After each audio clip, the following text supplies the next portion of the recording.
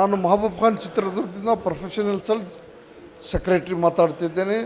ಇಲ್ಲಿ ಬಂದಿರೋದು ಉದ್ದೇಶ ಏನೆಂದರೆ ಮೊದಲಾಗಿ 2013, 18 ಹಾಗೂ 23 ವಿಧಾನಸೌಧಕ್ಕೆ ಆಕಾಂಕ್ಷಿ ಆಗಿರುವ RK ಸರ್ದಾರ್ ಒಬ್ಬರಿದ್ದರು. 18ರಲ್ಲಿ ಸಿಕ್ಕಿಲ್ಲ.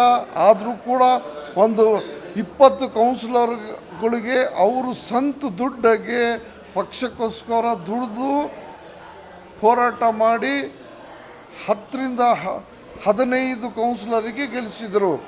ಅದಾದ ನಂತರ 18ರಲ್ಲಿ one of the most mover ಲೀಸ್ಟಲ್ಲಿ ಹೋಗಿತ್ತು. ಅದರಲ್ಲಿ RK ಸರ್ದಾರ್ ಅವರು ಇದರಲ್ಲಿ ಹೋಗಿದ್ರು ಡೆಲ್ಲಿ. ಖುದ್ದು ಸಿದ್ದರಾಮಯ್ಯ ಅವರು ಹೇಳಿದ್ದಾರೆ. ಹಾಗೂ ಇದ್ರ ಜೊತೆಗೆ DK ಶಿವಕುಮಾರ್ ಚಿತ್ರದುರ್ಗಕ್ಕೆ ಬಂದಾಗ ಅವರು ಹೇಳಿದರು ಏನಂದರೆ, ಅದು ಪ್ರಮುಖವಾಗಿ ನೀವು ಯಾರ್ಯಾರು ಆಕಾಂಕ್ಷಿಗಳು ಇದ್ದೀರ ಎಲ್ಲರಿಗೂ ಕೂಡ DK ಶಿವಕುಮಾರ್ ಅವರ ಗಮನಕ್ಕೆ ತರುತ್ತಿದ್ದೀನಿ. ತಾವು ಆಣೆ ಮಾಡಿಸಿದ್ದೀರಾ ಏನೆಂದರೆ, ಅದರಲ್ಲಿ ಯಾರ್ಯಾರು ಟಿಕೆಟಿಗೆ ಆಕಾಂಕ್ಷಿ ಇದ್ದೀರೋ ನಾವು ನಿಗಮ ಮಂಡಳಿಗೆ ಅಥವಾ ಒಂದು ಪೋಸ್ಟ್ ಕೊಡುತ್ತೇವೆ. ನಮ್ಮ ಕಾಂಗ್ರೆಸ್ ತತ್ವ ಸಿದ್ಧಾಂತ ಹಾಗೂ ಸಿದ್ದರಾಮಯ್ಯ DK ಶಿವಕುಮಾರ್ ತತ್ವ ಸಿದ್ಧಾಂತ ಏನಿದ್ರು ಒಂದು ಮಾತು ಕೊಟ್ಟಲ್ಲಿ ಅವರು ಉಳಿದುಕೊಳ್ತಾರೆ.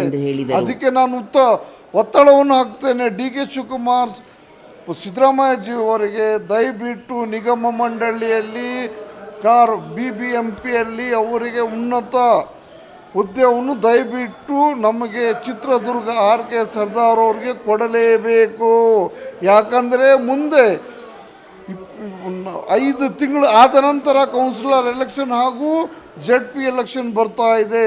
ತಾವು ಕೇವಲ MLAಗಳಿಗೆ ತೃಪ್ತಿಪಡಿಸಿದರೆ 2018ರಲ್ಲಿ ಯಾವುದೇ ಕಾರಣಕ್ಕೆ ಕಾಂಗ್ರೆಸ್ ಬರೋದು ಕಷ್ಟ.